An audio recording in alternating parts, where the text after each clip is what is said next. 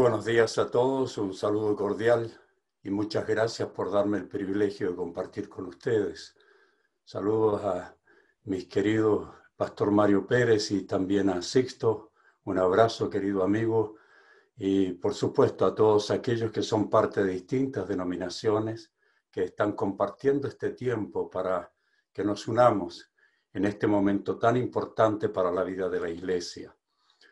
Mi conferencia tiene que ver con cómo debemos cuidar y cómo debemos preparar a la Iglesia en los tiempos de crisis y post-crisis. Mi costumbre y mi ministerio se define por la creación de principios.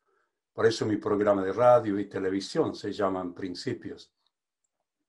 Me dedico todos los jueves y domingos a entregar principios en mi Facebook en vivo, porque creo que la vida funciona en base a principios, en base a leyes.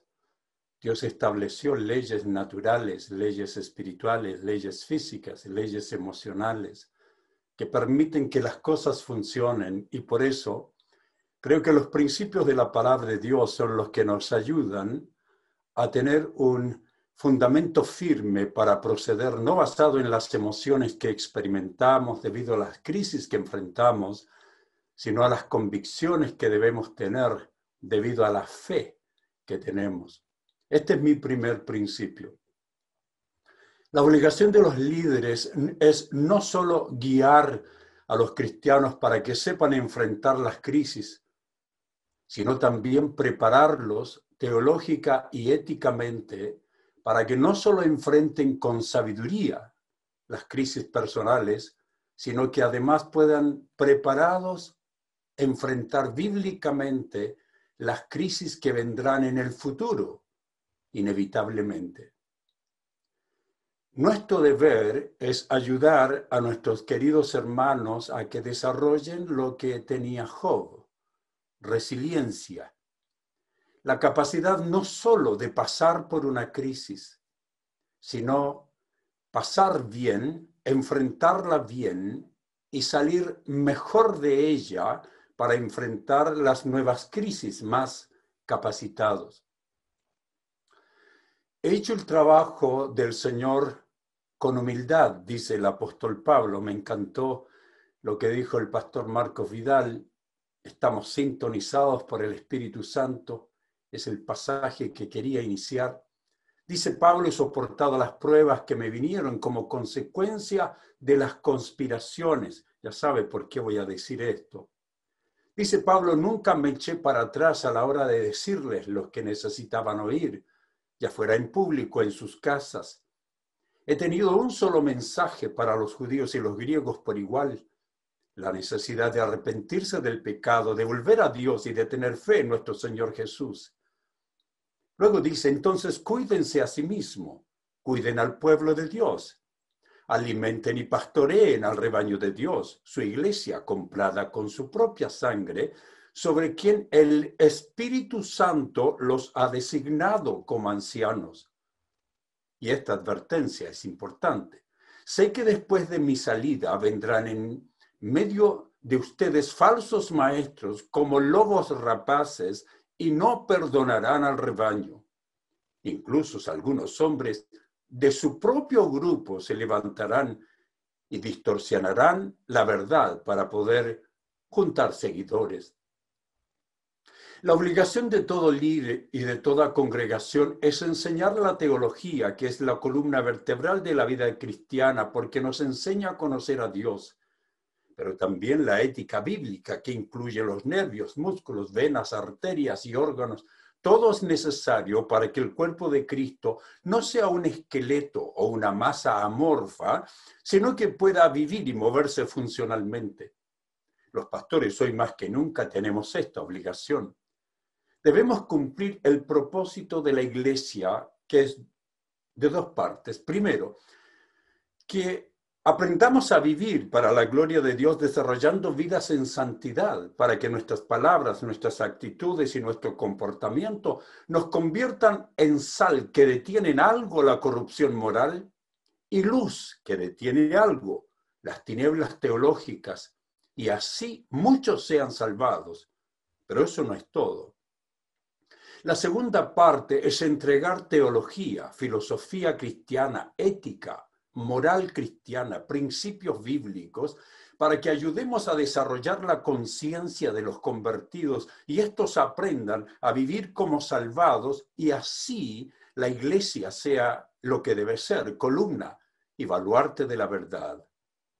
Mi conferencia tiene que ver con eso, pues hoy es más importante que nunca, pues el mundo está en crisis con una pandemia física y la iglesia, especialmente los jóvenes y las congregaciones que conocen más de emociones que de convicciones, que tienen líderes más motivadores que predicadores de la verdad, que son livianas en su doctrina en vez de fuertes en la verdad. En estos días en que una nueva generación de iglesias llamadas emergentes no toma en cuenta los requisitos bíblicos para ser líderes, más bien busca caras bonitas, personas simpáticas para convertirlas en diáconos o músicos excelentes y bien afinados, aunque no vivan en santidad y practiquen pecados. Un sector de la iglesia cree que ésta debe adaptarse a la sociedad, que sus criterios deben relacionarse con los demás de la manera que el mundo se está relacionando. Su criterio de relación nace de los contextos sociales, culturales, promovidos por una generación de jóvenes líderes que se visten a la moda, que usan las redes sociales para transmitir sus interpretaciones renovadas, pero erróneas, de versículos de la Biblia que muestran un abuso de la gracia para justificar comportamientos sexuales pecaminosos. Queridos pastores, muchos jóvenes cristianos hoy no tienen una fina y correcta teología y ética del cristianismo.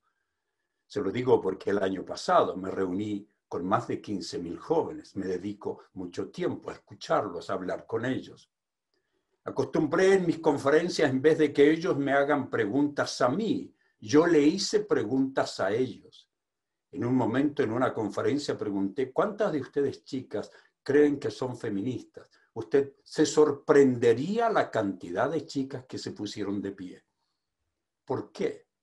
Porque muchos jóvenes hoy no tienen una fina y correcta teología, una correcta ética del cristianismo. Más bien tienen un sincretismo entre un poquito de humanismo, un poquito de comunismo, un poquito de marxismo cultural, un poquito de ideologismo, un poquito de secularismo, un poquito de progresismo y un poco de cristianismo. Ellos creen que las iglesias conservadoras y tradicionales no están en consonancia con los valores y los principios de la sociedad de hoy. Es decir, lo de una sociedad permisiva, relativista, donde el concepto de pecado se ha borrado de las conciencias. Ellos no tienen el concepto bíblico de misericordia, compasión, tolerancia, amor bíblico. Se dedican a tener una empatía no bíblica que no solo les conduce a buscar al pecador, sino en algo condescender con su pecaminosa vida sexual. Ellos creen en la necesidad de plantear una nueva moral cristiana, donde al parecer todo está permitido y nada es pecado. En efecto, algunas de las situaciones de los movimientos LGTBI son abordadas y en algo aceptadas. Es una nueva generación que dice a los pecadores, somos inclusivos, vengan tal como son. Y vengan tal como son es el llamado del Evangelio a todo pecador. Pero el llamado del Evangelio no es vengan tal como son y permanezcan tal como vinieron. Esas son las pandemias, las crisis que los pastores tenemos el deber de confrontar bíblica y profesionalmente estos dos tipos de pandemia. Enseñar a las personas a pasar por la crisis física, de salud, económica, pero también enseñar a las personas a pasar esta pandemia que está afectando la iglesia de Cristo.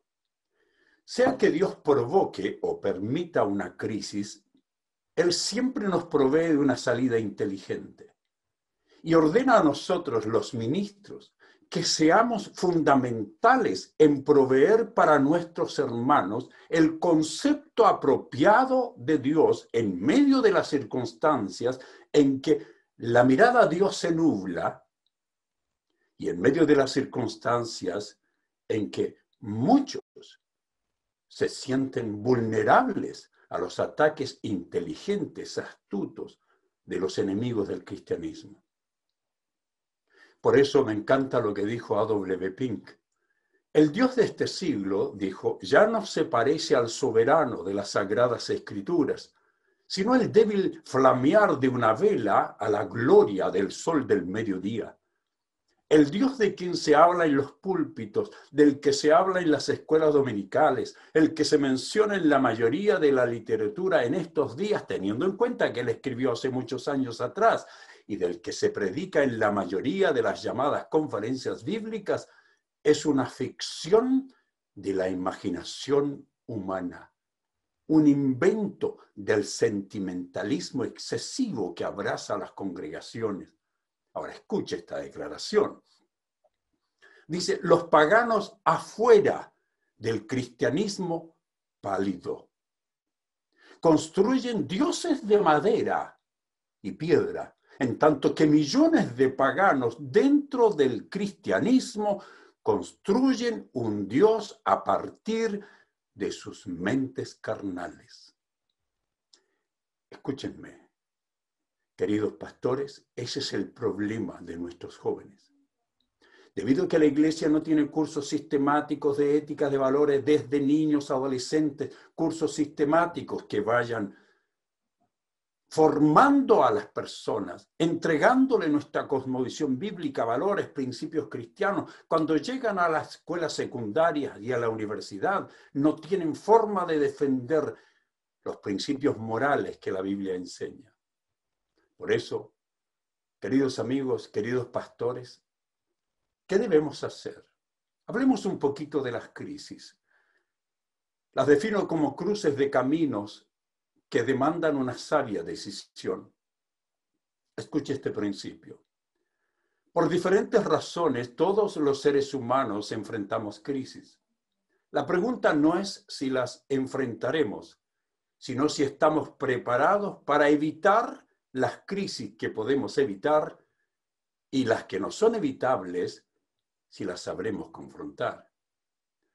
La palabra crisis nos muestra una situación conflictiva, un desequilibrio que supone una elección. Y es precisamente eso lo que estamos viviendo en nuestros días.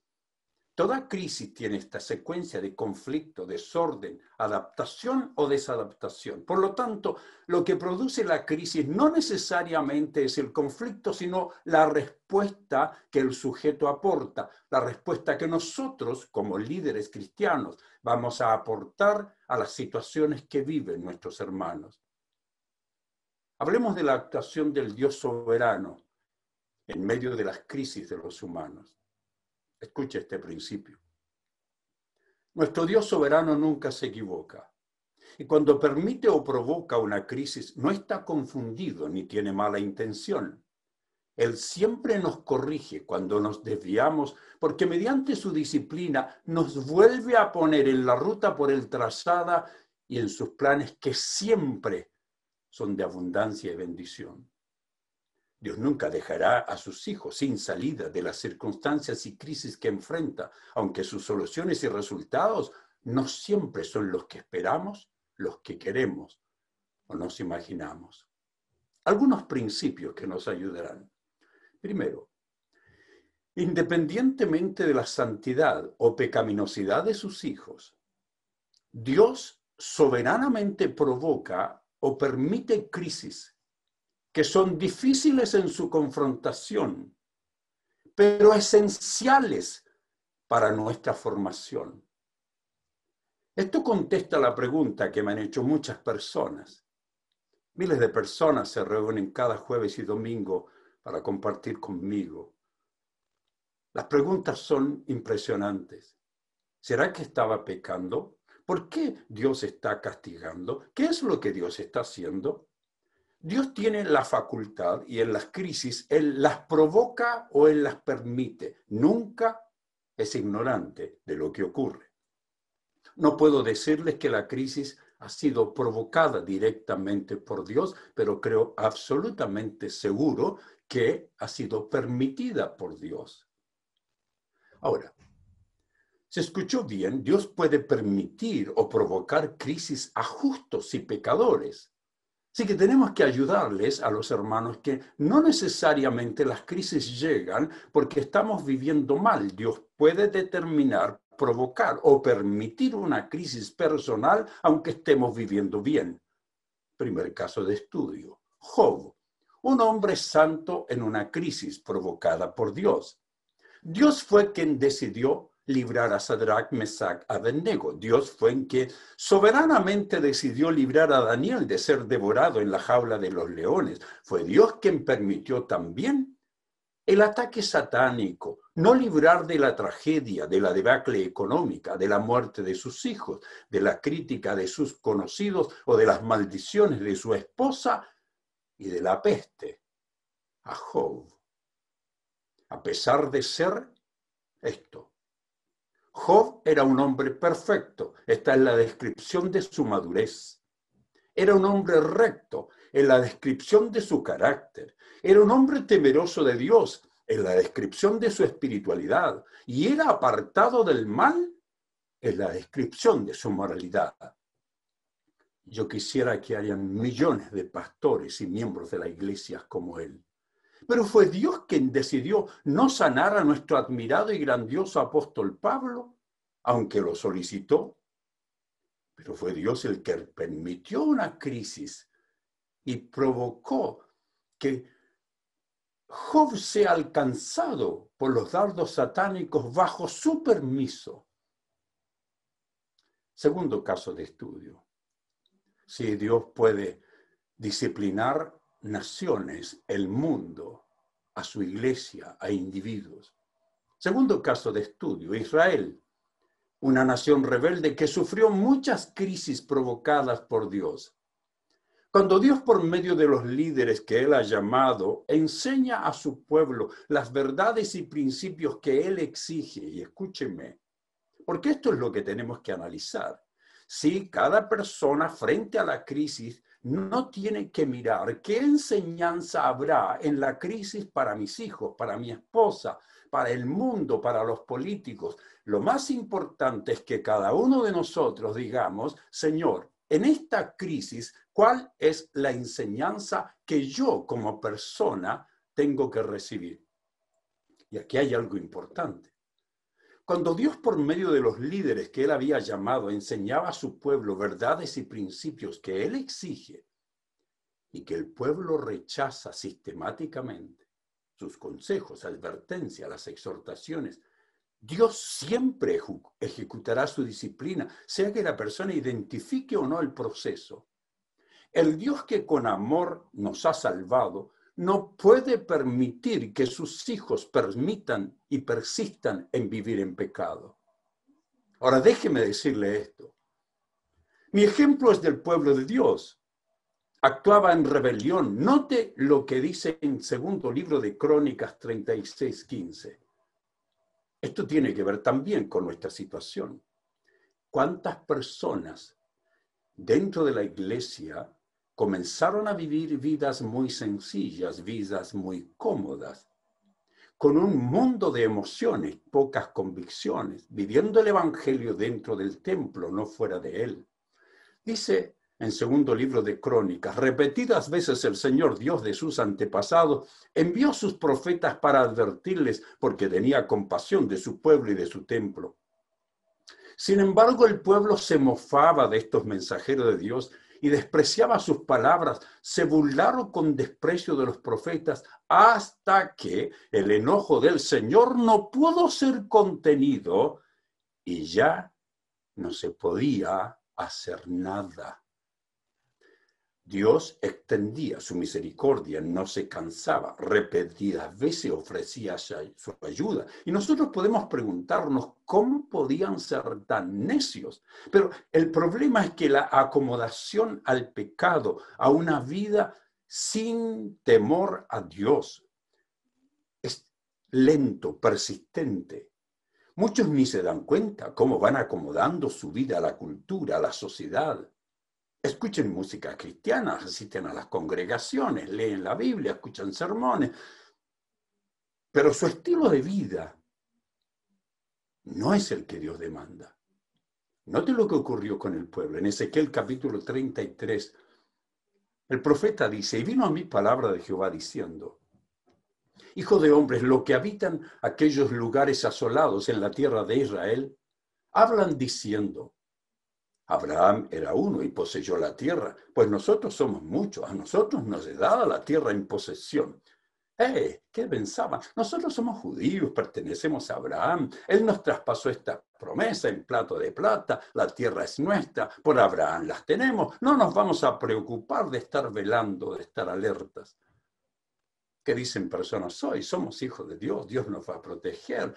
Si usted solo declara que no le va a llegar, el mal no le va a llegar. ¿Qué están pensando algunos cristianos? Están pensando, dice la palabra de Dios, que a su pueblo no le llegará mortandad, que la crisis no le llegará. ¿Qué pasó? Confiaron en una promesa que no es para ellos. Porque Dios nunca ha prometido que en todo tiempo su pueblo y todo hijo de su pueblo será librado de toda enfermedad, de toda crisis, de toda plaga en toda parte del mundo, en toda época. Dios nunca prometió aquello.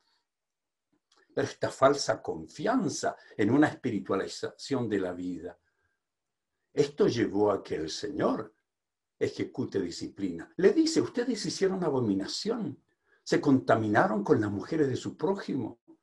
Ustedes pueden seguramente decir de memoria los 10 mandamientos, pero no los han aplicado. Esta es una exhortación. Y luego el profeta dice, esto no puede continuar así. ¿Usted cree que a veces las personas desprecian a los pastores por predicar la verdad? No, no necesariamente. El problema es que no la practiquen. Le dice, y vendrán a ti como viene el pueblo, estarán delante de ti como pueblo mío. Oirán tus palabras, no las pondrán por obra. Antes hacen halagos con sus bocas, y el corazón de ellos anda en pos de su avaricia. Es decir, mi pueblo no tiene interés en vivir la ética, no tiene interés en seguir la moralidad, cantan bien, oran bien, y tú, como pastor, te has convertido para ellos en cantor de amores, hermoso de voz, que canta bien, y oirán tus palabras, pero no las pondrán por obra. Ahora, ¿cuál fue el resultado, queridos? El resultado es que Dios los entregó en manos de Nabucodonosor por no practicar las verdades. Dice que el rey saqueó los tesoros, quemó el templo, derribó las murallas, se llevaron desterrados a los pocos sobrevivientes, se convirtieron en sirvientes del rey. Es el juicio de Dios por la rebeldía. Ahora, yo no puedo decir que esta crisis sobre la humanidad con toda seguridad es un juicio divino provocado por Dios, pero sí puedo decir con toda seguridad que es permitido por un Dios que siempre disciplina la maldad, permitido por un Dios que está preocupado de que su pueblo viva en la verdad. Así estamos.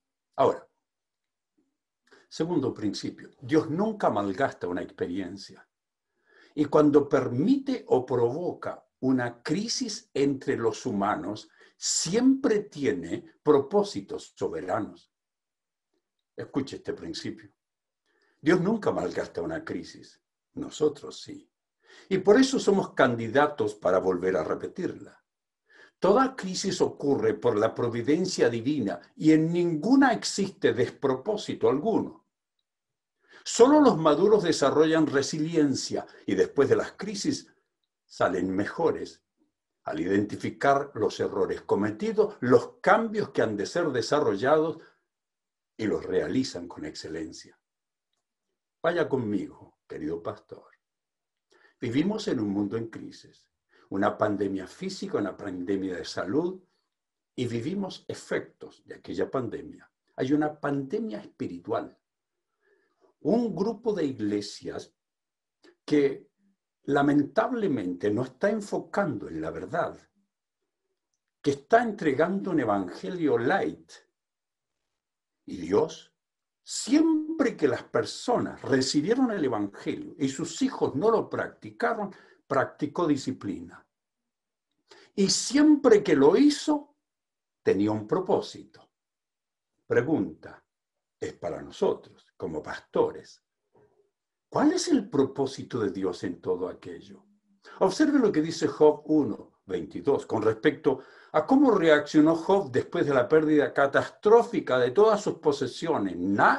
Ninguna crisis más grande que esa. La muerte de todos sus hijos, la pérdida de su matrimonio, la plaga que azotó su cuerpo. Esta es la conclusión. En todo esto no pecó Job, ni atribuyó a Dios despropósito alguno. Note lo que dice, no pecó Job. Usted ha leído Job, ¿cierto?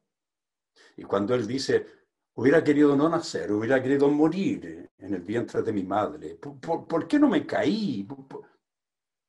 Es que Job estaba reaccionando como estamos reaccionando todos ahora como humanos, preguntándonos, queriendo saber qué debemos hacer. La gente preguntándose por qué ocurre esto, cuánto tiempo va a durar.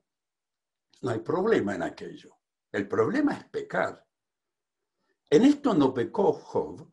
El problema es no pecar y entender que Dios tiene un propósito. Y como pastores, nuestra obligación para ayudar a las personas a pasar la crisis, salir de ellas mejor y convertirse en mejores personas para la próxima crisis, tenemos que hacerle entender que en este proceso hay que evitar el pecado, responder basado en convicciones y no en emociones, y entender que Dios tiene un propósito y descubrir cuál es el propósito de Dios para nosotros. Escúchenme, queridos, estoy convencido que Dios tiene un propósito para sacarnos de los templos, donde muchos estuvieron encerrados, orando, cantando, danzando, sirviendo, ayunando, pero muchos no recibieron enseñanza sobre cómo disciplinar a sus hijos, cómo enfrentar conflictos en su matrimonio, cómo trabajar con responsabilidad, cómo invertir su dinero con inteligencia, cómo gastar con sabiduría, cómo ahorrar con excelencia. Muchos no recibieron entrenamiento para manejar su vida sexual, sus conflictos, sus enfermedades y sus crisis. Fuimos expulsados de los templos por el virus y enviados a nuestros hogares por Dios, donde no saben algunos cristianos cómo vivir la vida saludable, fructífera y realizada. ¿Por qué? Porque las congregaciones livianas no se prepararon para entrenar bíblica y profesionalmente, no dieron cursos sistemáticos bíblicos y profesionales, o en las congregaciones con líderes sabios que le dieron a la gente, muchos no quisieron invertir dinero ni tiempo en tomar los cursos, y hoy están sufriendo las consecuencias de su desobediencia. Algunas congregaciones presentaban cursos de matrimonio, cursos de sexualidad, y llegaban generalmente los matrimonios más maduros. Y como pastor uno siempre está pensando, ¿por qué no vinieron los que necesitan venir? Porque muchos estaban dispuestos a pagar por cursos de cocina, jardinería, por canal de cable, el más moderno celular, para salir a comer en restaurantes, comprar ropa que no necesitan, pagar un automóvil que le exige trabajar más y pasar menos tiempo con su familia, pero muchos no quisieron dedicar tiempo a invertir dinero para aprender a vivir y para practicar la verdad, y convirtieron a los pastores en cantores de amores sin vivir la verdad. Tercer punto. Cuando enfrentamos las crisis provocadas o permitidas por Dios, debemos responder sabiamente, pese a que por el dolor de las consecuencias tendemos, escuche, a responder con desobediencia o indiferencia. Esto es crítico. Aquí es donde vamos a entrar a lo que debemos hacer.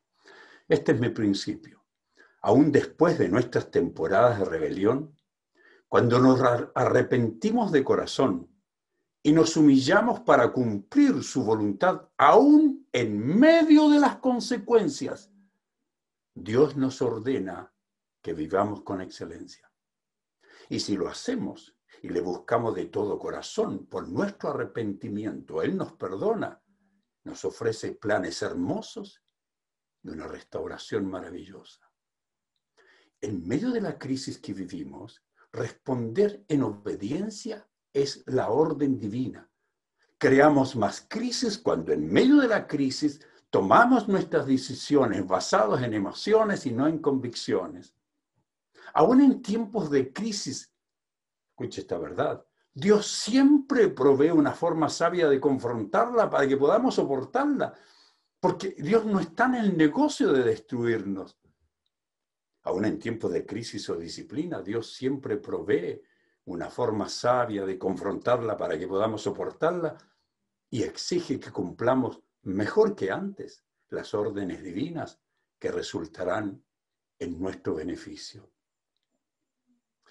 Todo estaba siendo orquestado por Dios cuando Dios determinó que su pueblo pase 70 años bajo Babilonia, sufriendo las consecuencias, crisis tremenda. Esto dice el Señor, dijo el profeta Jeremías. Note, en medio de la crisis, note la orden, queridos. En medio de la crisis, en medio de estar dominado, esclavos de una nación, le dice, esto dice el Señor de los ejércitos celestiales, Dios de Israel, a los cautivos. Note esto, que Él desterró de Jerusalén a Babilonia. Esto es lo que dice el Señor. ¿A quiénes? Aquellos que estamos en la pandemia que Él permitió que nosotros vivamos. Note lo que le dice a ellos. No paren su vida. No detengan su vida. No se llenen de temores. Tampoco sean imprudentes. Pero dice, edifiquen casas. Hagan planes para quedarse. Planten huertos. Coman del fruto que produzcan. Cásense. Tengan hijos. Luego encuentren esposos, esposas para ellos, para que tengan muchos nietos. Multiplíquense, no disminuyan. Trabajen por la paz. Note, trabajen por la paz y prosperidad de la ciudad donde los envié al destierro. Y pidan al Señor de la ciudad, porque del bienestar de la ciudad dependerá el bienestar de ustedes. Esa es la orden para nosotros. Tenemos que aprender a vivir en medio de la crisis. Y esa es la orden para nosotros los pastores, enseñarle a la gente a vivir. ¿No es que salieron algunos de los templos sin saber cómo manejar sus finanzas? ¿No es que en algunas congregaciones nunca le dieron cursos de finanzas, de cómo manejar sus deudas, sus créditos, de cómo manejar sus inversiones, de cómo ganar con honestidad? No recibieron cursos así y por lo tanto se dedicaron a este mundo secularista, mercantilista, se dedicaron a comprar, llegaron endeudados. ¿Sabemos quiénes nos llegamos endeudados? Tuvimos que planificar nuestra vida. Sabemos quienes tuvimos que prepararnos antes para esto. Yo llegué preparado para estar encerrado con mi esposa, a pesar de que yo viajo 30, 35 veces al año. Llegué preparado para estar con mi esposa 24/7, no solo aquello, preparado para atender a mi esposa, que tuvo un accidente, que quedó su pierna casi paralizada y que ha estado enferma desde el mes de febrero de nuestra conferencia en Nueva York, atenderla, cuidarla, servirla, pasar con ella. Yo estuve preparado para estar con mis hijos y mis nietos y jugar y compartir. Yo estuve preparado financieramente. Desde el mes de febrero no tengo conferencias presenciales, yo no tengo una congregación que me pague mi salario, que me dé una ofrenda. Yo no tengo muchos donantes. Mis conferencias son de los honorarios que recibo, paralizado del mes de febrero. Pero estuve preparado, yo había ahorrado, estoy viviendo de mis ahorros y ahora estamos generando mediante conferencias virtuales. Estuve preparado, ¿para qué? para poder entrar a todas las redes sociales y empezar a ayudar. Cuando empecé a notar la crisis no podía salir. Dije, un día voy a hablar con mi audiencia. Abrí mi teléfono, me puse a hablar. 1.200 personas se conectaron y dije, Señor, hay que atender las necesidades de la gente, hay que enseñarle a vivir, hay que enseñarle a tener vida sexual saludable, tenemos que enseñarle a pasar la crisis. Y desde el mes de marzo hasta el mes de agosto, 5 días a la semana le prediqué por 1 hora y media a mi audiencia. Debemos estar preparados. Debemos ayudar a la gente a pasar. La pandemia nos encerró, pero Cristo, Dios, nos envió a nuestros hogares, nos envió a reflexionar, nos envió a hacer nuevos planes, nos envió a entender dónde estamos fallando, porque Dios nunca tiene despropósito alguno. La segunda verdad que encuentro es esta. Aún en tiempos de crisis o disciplina, Dios ordena que no nos dejemos llevar por quienes entregan soluciones espiritualizadas. Escúchenme, pastores. Aún en tiempos de crisis o disciplina, Dios ordena que no nos dejemos llevar por quienes entregan soluciones espiritualizadas basadas en sus ideas humanas y que más bien nos sujetemos a quienes han sido llamados por Dios para predicar la verdad y que realmente nos comunican los excelentes planes divinos. Noten lo que le dice Dios a este pueblo en cautiverio. Primero le dice, sigan su vida, prepárense mejor que nunca, ordenen su vida, ahora ordenen su familia. Les dice, hagan lo que tienen que hacer, pero luego le dice, cuidado, escuche. Esto dice el Señor de los ejércitos celestiales.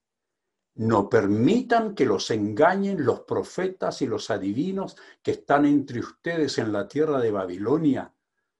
No presten atención a sus sueños, porque les dicen mentiras en mi nombre. Yo no los envié, dice el Señor. Escuche esto. Esto dice el Señor. Ustedes permanecerán en Babilonia durante 70 años. Él sabe cuánto permaneceremos encerrados, pero luego vendré y cumpliré todas las cosas buenas que les prometí y los llevaré de regreso a casa. En ese contexto, querido, en ese contexto está este versículo que tanto usan las personas. Pues yo sé los planes que tengo para ustedes, dice el Señor, son planes para lo bueno, no para lo malo, para darles un futuro y una esperanza. Pero escuche, la condición, querido. Y aquí es donde nosotros como pastores debemos orientar a la gente. No es tan sencillo como esperar, Señor, líbrame de esto, Señor, te adoro, ahora sí. No, en esos días, dice, cuando oren, los escucharé. Condición, si me buscan de todo corazón, podrán encontrarme. Sí, me encontrarán, dice el Señor. Pondré fin a su cautiverio, restableceré su bienestar, los reuniré de las naciones, a donde los envié, los llevaré a casa, de regreso a su propia tierra. En otras palabras, habrá algunos de ustedes, y esto es lo que tenemos que enseñar a nuestra gente, a nuestros hermanos. Habrá algunos de ustedes que me buscarán y me hallarán, porque serán sinceros. No andarán cantando y llorando y saltando en las congregaciones y pecando en su familia. Porque algunos de ustedes temerán a Dios. Hoy tenemos una generación de personas que tienen poco temor a Dios. Lo escucho de los jóvenes. Las preguntas de los jóvenes son impresionantes. ¿No tiene temor a Dios alguien que nunca vería una película pornográfica enfrente de la iglesia en pantalla gigante o se masturbaría enfrente de su pastor? ¿Pero por qué lo hace frente a Dios? ¿Por qué lo hace frente a Dios? Porque no tiene temor a Dios, tiene temor a su pastor. Por eso A.W. Pink dice, el Dios de este siglo no es el Dios de las Escrituras. Ahora, note lo que hizo Dios. Segundo libro de Crónicas 36:22. El Señor cumplió la profecía que había dado por medio de Jeremías. Él hizo todo, arregló todo, movió el corazón de Ciro. Y el rey Ciro de Persia, el Señor Dios del cielo, me ha dado todos los reinos de la tierra. Me encargó de destruirle construirle un templo en Jerusalén que está en Judá. Cualquiera que pertenezca a su pueblo puede regresar para realizar esta tarea y que el Señor, su Dios, esté con ustedes. Ahora, permítanme entregarle algunas consecuencias naturales de las crisis que estamos viviendo. Escuche este principio. En esta temporada de crisis, sea permitida o provocada por Dios para los cristianos o no cristianos, existen consecuencias inevitables. Que sean más o menos destructivas depende de si le buscamos a Dios, si obedecemos o no los mandamientos divinos que nos permiten enfrentar con sabiduría las duras crisis humanas. Dios ha determinado que enfermedades, accidentes, plagas afecten a justos y pecadores.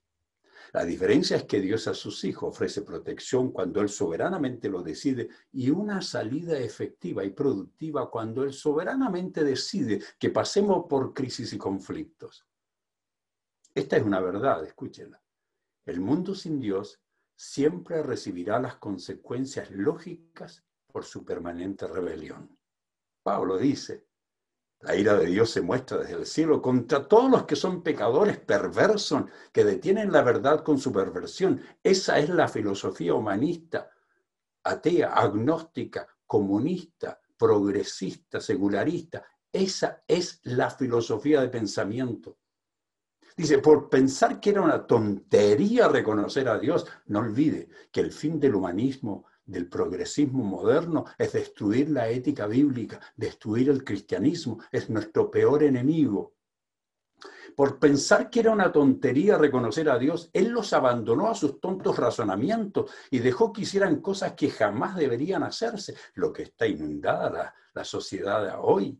Perversiones, pecados, avaricia, odio, envidia, homicidios, peleas, engaños, conductas maliciosas, traidores, insolentes, arrogantes, fanfarrones, gente que odia a Dios, inventan nuevas formas de pecar y desobedecen a sus padres. Eso es lo que vemos en todo este grupo de gente que sale a las calles, que sale a incendiar, que sale a tirar piedra, que no quiere policía, que no quiere autoridades. Todo este grupo de gente es manipulada por esta mentalidad anti-Dios. Consecuencias: un aumento impresionante del odio entre las razas.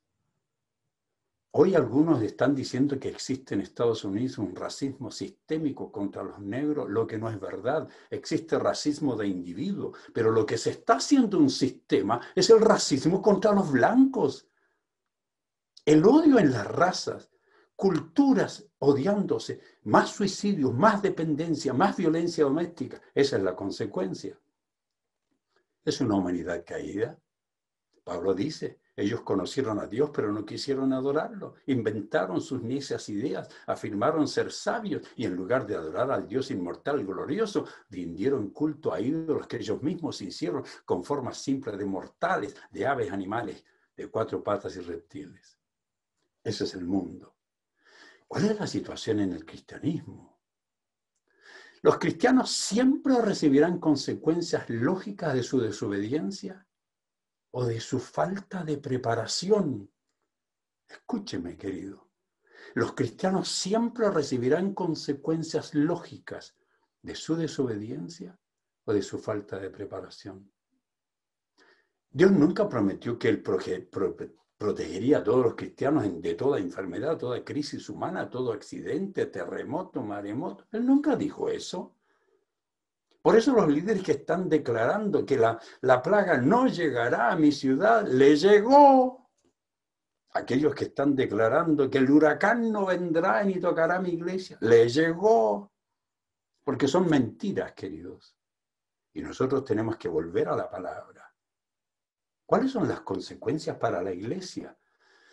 Se lo dice un consejero. He leído miles de correos electrónicos. Cada vez que doy una conferencia, tengo 500, 600, 800, 1000 personas. Todo lo leo. Todo lo que escriben ellos. ¿Qué noto? Problemas emocionales, temores, depresión, estrés, pensamientos suicidas. Problemas espirituales, falta de intimidad con Dios, culpar a Dios, confusión. No dar importancia correcta a la vida congregacional. Escuche esto, en las reuniones virtuales. Le ayudé a un amigo a hacer una investigación de una congregación de 600. Escuche, cómo nosotros estuvimos metidos en los templos y Dios nos sacó y parece que Dios se apartó de nosotros y ahora tenemos otra forma de cristianismo porque podíamos cantar bien cuando estábamos con gente, orar bien cuando lo escuchaban los demás, podíamos danzar en medio de toda la gente, podíamos levantar la mano a orar y ahora hicimos una investigación, una congregación de 600 personas. Estaban conectadas directamente 60 personas. Y luego le hicimos preguntas. ¿Cuántos de ustedes vieron el tiempo de adoración y alabanza antes de la predicación? La gran mayoría no lo vio, porque estaban comiendo, estaban limpiando la casa. Los músicos fueron a preparar las canciones para que la gente ni siquiera cante con ellos y esté haciendo otra cosa. ¿Cuántos escucharon el sermón? Muy pocas personas. Es decir, yo tengo que estar encerrado, la gente tiene que entender, yo no tengo que estar encerrado en un templo rodeado de personas, con grandes músicos, con reflectores por todos lados, con humo saliendo de abajo. No estoy diciendo que sea pecaminoso nada, si quiere tenerlo, téngalo.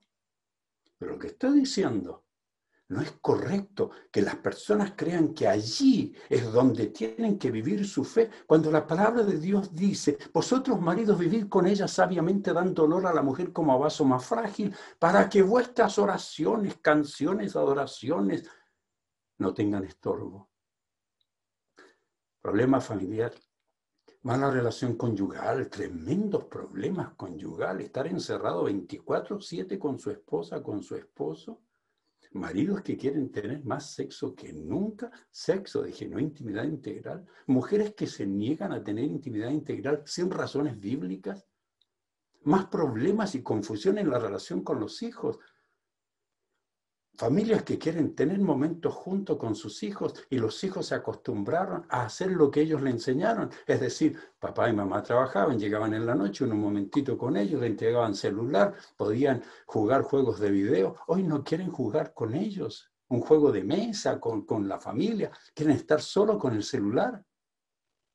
La realidad nos indica que los cristianos muchos cristianos no estaban preparados ni para la crisis económica porque no ahorraron. Otros creían que tenían una relación matrimonial saludable porque ambos trabajaban fuera de casa. Muchos creyeron que estaban siendo buenos padres porque llegaban, pasaban un par de horas con sus hijos y le entregaron a sus abuelas, a sus tíos, sus amigos, a niñeras. Algunos se dieron cuenta que sus niños estaban siendo criados por abuelas, por jardines infantiles. Y Dios nos sacó de los templos. Aquí está el secreto ahora para terminar mi plática. ¿Cuál es la solución? Alguien dijo con mucha sabiduría, cualquier necio identifica un problema. Solo los sabios entregan soluciones. Cambios inevitables que deben ser realizados para responder con excelencia, desarrollando resiliencia. Escucha este principio. Sea que las crisis sean provocadas como un acto de disciplina divina o permitidas por sus decisiones soberanas, los cristianos que deciden seguir los consejos divinos no solo pasarán por ellas exitosamente, sino que además se prepararán para enfrentar los siguientes desafíos sabiamente. ¿Qué debemos hacer? Primero, los pastores y los maestros de la palabra debemos preparar las enseñanzas utilizando todas las herramientas de mejor interpretación, examinando con ciencia, compartir con sencillez, con sabiduría y con un compromiso con la excelencia. Esa es nuestra labor como pastores. Me encantó lo que dijo Marcos. No, es volver a lo elemental. Piensa en la experiencia del pueblo de Dios. ¿Sabe lo que hizo Esdras después? Esdras capítulo 7. Note quién era Esdras. Esdras había preparado su corazón. Aquí está nuestra respuesta. Había preparado su corazón para inquirir la ley de Jehová, para conocerla, para entender más de la palabra. Pastores, tenemos que ahora sentarnos a estudiar para poner no solo el esqueleto de la teología y la doctrina, sino ahora meterle nervios, meterle carne, meterle todo lo que es ética, principios, valores, tener cursos de enseñanza. Tenemos que prepararnos, y si nosotros no estamos preparados para entender todo, tener gente que se prepare para que den cursos en la iglesia. Esdras había preparado su corazón para inquirir la ley de Jehová. Segundo, para cumplirla. Y tercero, para enseñar en Israel sus estatutos y decretos. ¿Recuerda la experiencia que mientras la ley era leída, los levitas explicaban al pueblo la lectura? Y el pueblo estaba tan interesado que no se podía mover del lugar. Recuerda que no tenían palabra de Dios por tanto tiempo, y cuando encontraron los libros de la ley, era un gozo tremendo. Yo creo que eso es lo que tiene que volver. No es que nos estaba predicando, el problema es que no estábamos guiando a la gente, muchas congregaciones, para que sepan cómo enfrentar las situaciones de la vida.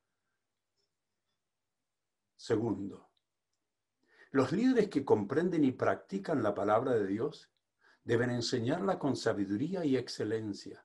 Y escuche esto. Y deben establecer las mejores condiciones y los métodos más efectivos para que los que desean aprender de ella con pasión tengan las condiciones apropiadas para recibir la instrucción. Es decir, como dijo Marcos, no nos vamos a reinventar en nuestra teología. Eso lo están haciendo los liberales morales. Eso lo están haciendo las denominaciones liberales que quieren nombrar esos pastores homosexuales, que están enseñando a sus jóvenes a aceptar cierta parte del homosexualismo, ideología de género. Eso no es nuestro. Nosotros, Alianza Cristiana Misionera y muchas otras denominaciones, estamos enfocados en la palabra de Dios. Pero aquí está el asunto. Lo que sí tenemos que reinventarnos es aquello que descuidamos. Dígame una congregación que tenga un curso de 6 meses de principios y valores, obligatorio para todos los hijos de los cristianos, para todos los padres. El sacerdote Esdras delante de la congregación trajo la ley, así de hombres como de mujeres y de todos los que podían entender. Y luego dice, para que todos escucharan mejor, se construyó un estrado de madera hecho a propósito. Estaba preocupado de, en ese momento, en esa circunstancia, buscar la mejor forma de enseñar. Y luego dice, y es que la lectura de la ley se hacía con mucha claridad, se recalcaba todo el sentido, del modo que el pueblo pudiera entender lo que escuchaba. Existía una excelente intención de hacerlo. ¿Por qué? Dice, los levitas, ellos explicaban al pueblo la lectura. Esa es nuestra obligación. Y ponían el sentido, es decir, le decían a la persona, esto dice la Biblia acá, dice la Biblia que la vida sexual matrimonial, dice, es un deber conyugal. Yo tengo que enseñarle a la gente en mis clases de sexualidad que la vida sexual de intimidad integral, tengo que darle sentido a lo que dice eso. Y el sentido es que la vida sexual de intimidad integral es una obligación matrimonial, no un gusto pasional. Y que el deber tiene que cumplirlo el hombre y tiene que cumplir la mujer. Y que pone en serio peligro una mujer que se niega a su marido a tener una vida sexual de intimidad integral sin razones bíblicas. Tengo que ponerle sentido. Dice que hablaban a los niños, a las mujeres, a todos los con edad suficiente para entender. Queridos, hoy a nuestros niños le están diciendo a los 5 o 6 años que pueden elegir su sexo. ¿Cuándo va a existir la clase en la iglesia? 1 año sobre ideología de género, 6 meses sobre ideología de género. ¿Cuándo va a existir eso? Para eso el Señor nos está sacando y nos va a permitir volver. Ahora, tercero, los padres. Si los pastores se dedican a entender la verdad no solo esqueleto, no solo enseñar a evangelizar, no solo atender a los necesitados, no solo ayudar a los pobres. El esqueleto, lo que es Dios. No el Dios de la imaginación, el Dios de la Biblia. Porque una mujer que permite el maltrato en su casa no tiene al Dios de la Biblia, tiene al Dios de su imaginación. Los pastores tenemos que entender esto, darle sentido a la palabra. Luego tenemos que enseñarla utilizando todos los métodos. El mundo humanista, ateo, agnóstico, nos tomó los medios de comunicación, nos tomó la política. El mundo ateo, agnóstico, se tomó todos los canales de comunicación, dominan la televisión, dominan la radio, dominan la música, dominan todo y enseñan a nuestros hijos su veneno. Está invadiendo la sociedad. Por eso los padres, esto es lo tercero, los padres deben asumir su responsabilidad de instruir a todos los miembros de su familia, y escuche esto, y obligarles al estudio de la palabra de Dios por medio de cursos, no conversaciones informales, por medio de cursos que le permitan practicar la ética bíblica en todas las áreas de la vida cristiana. Esa es una obligación que debemos cumplir, no una opción que podemos escoger. Los hijos menores de edad deben ser obligados, pues hay cosas en la vida que no son opcionales. La educación humanista, atea, progresista, comunista, secularista, marxista está invadiendo la sociedad. Nuestros niños, nuestros jóvenes están siendo influenciados. Pregúntele a los jóvenes qué piensan de todo esto y están a favor de muchas cosas que la Biblia está en contra. Los miembros de la familia menores de edad deben ser obligados con amor, con respeto, a ser parte de las congregaciones, a integrarse. Padres que le entregan celulares para que estén jugando en la iglesia, tienen que enseñarle a cantar, a adorar al Señor, a escuchar la palabra. Déjeme ponerle un ejemplo. En mis conferencias los días jueves y domingo estoy enseñando a padres e hijos. ¿Sabe qué ocurrió el otro día? Muchos jóvenes me han escrito, me han pedido temáticas. ¿Sabe qué temáticas me piden los jóvenes? Lo que les estoy diciendo. Ideología de género, secularismo. Hice una serie sobre cristianismo e izquierdismo, cristianismo y ideologismo, cristianismo feminismo, cristianismo machismo. Eso lo pidieron los jóvenes. Sí, ya están cansados de las enseñanzas repetidas que han recibido a través de los años. Ellos me pidieron. Y los niños. Pedí a los padres y sus hijos que me escuchen. Y en una parte de mi conferencia, 1 hora y 15 minutos, una parte de mi conferencia, dije que los padres no deberían permitir a sus hijos dormir con ellos. Y expliqué por qué. Una niña, creo, de 5 años, terminó mi sermón. Ella había dormido con sus padres 5 años y no la podían sacar. Eso me contaron los padres y la niña después. ¿Sabe qué hizo? Después de mi sermón, le pidió perdón a sus padres y le dijo, papá, mamá, nunca más duermo con ustedes porque el pastor David predicó la palabra y me llegó. ¿Usted cree que los niños no entienden? Sí entienden. Los padres tienen que obligarlos, no tienen opción. El sacerdote Esdras trajo la ley así delante de hombres y mujeres y todos los que podían entender. Eso es lo que hay que hacer. Debemos enseñar, debemos tener esta fidelidad en transmitir los principios. Finalmente, todos los cristianos tenemos la obligación de apropiarnos en forma sistemática y practicar la verdad que nos ha sido enseñada y que es esencial para la vida fructífera y realizada. Todo el pueblo escuchaba con mucha atención la lectura, todos lo vieron, prestaron mucha atención. El pueblo estaba tan interesado que no se podía mover del lugar. Todo el pueblo lloraba al escuchar las palabras de la ley. ¿Dónde perdimos eso, queridos? ¿Por qué perdieron eso algunos cristianos? Necesitamos volver a apropiarnos de la verdad, a que sea parte de nuestra vida. Esta es mi conclusión.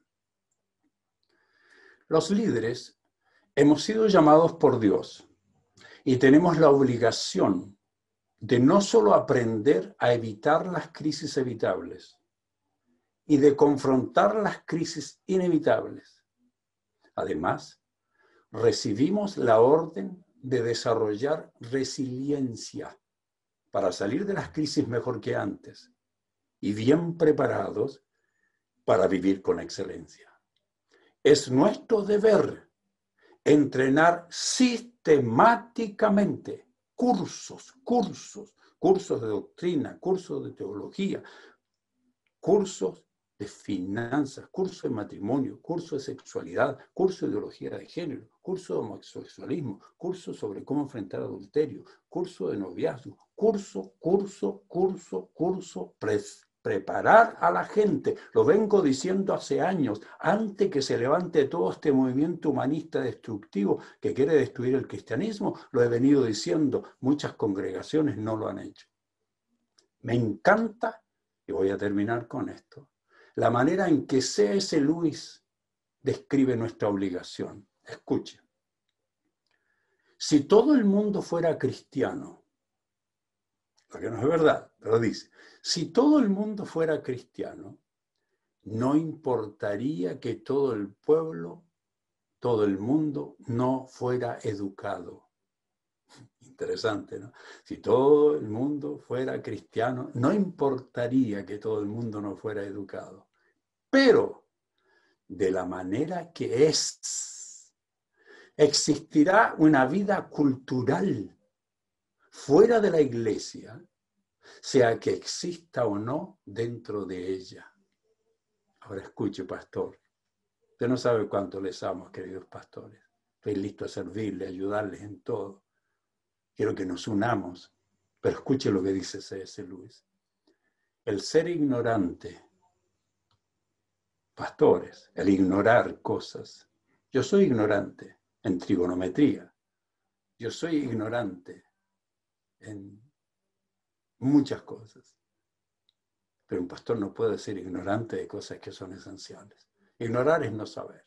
El ser ignorante y simplista ahora, escuche esto, el no ser capaz de enfrentar al enemigo en su propio terreno. Por eso doy conferencias para entender el izquierdismo, el humanismo, para entender nuestra vida cristiana.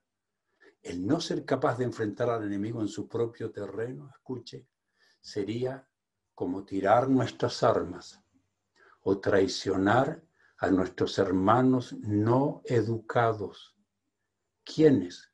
Contra los ataques de los paganos no tienen otra defensa después del Señor, sino nosotros.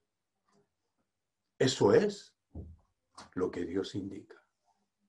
Eso es lo que Dios nos manda.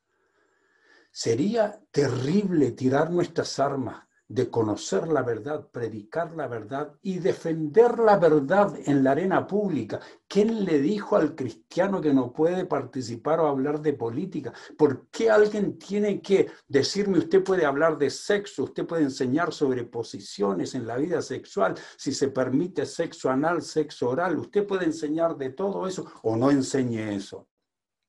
Usted puede enseñar disciplina de los hijos, cómo educarlos, cómo enseñarles reglas. Usted puede enseñar cómo evangelizar, pero cuidado que enseñe de política. ¿Quién dijo eso? Escuche esto. Una vez más se lo repito. Queridos pastores, ser ignorante, simplista, hoy, no prepararnos para enfrentar al enemigo en su propio terreno, al enemigo ateo, agnóstico, humanista, en su propio terreno, sería como tirar nuestra Biblia o traicionar a nuestros hermanos no educados, personas que no tienen mayor educación, no tienen educación teológica, algunos no tienen educación formal, algunos siguen votando como comunistas cuando un comunista no puede ser cristiano y ni un cristiano puede ser comunista por ignorancia, porque no le hemos enseñado.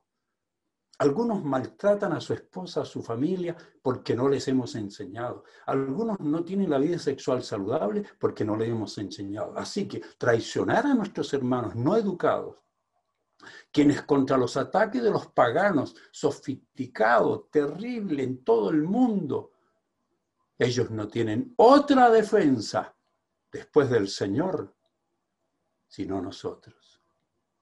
Eso es lo que nosotros debemos hacer y eso es lo que yo le motivo para que estemos cuidando y preparando a la iglesia para tiempos de crisis y post-crisis. Oremos al Señor. Señor, gracias por este momento. Gracias por darme el privilegio de servir a mis queridos hermanos de la querida denominación, amante de la verdad, que lucha por la verdad, con una historia de verdad, y otras denominaciones. Que todos nos unamos en la defensa de la fe, de nuestros valores, para enfrentar las crisis, porque la pandemia más grande no es la física, la sanitaria. La pandemia más grande es la pandemia moral que existe, de la inmoralidad. Que asumamos nuestra responsabilidad. Guía, mis queridos hermanos pastores, para que nos unamos, para prepararnos, para enfrentar mejor los desafíos y cumplir con excelencia el ministerio que nos has entregado. En Cristo Jesús oramos. Amén. Muchas gracias, mis queridos amigos. Un abrazo para todos.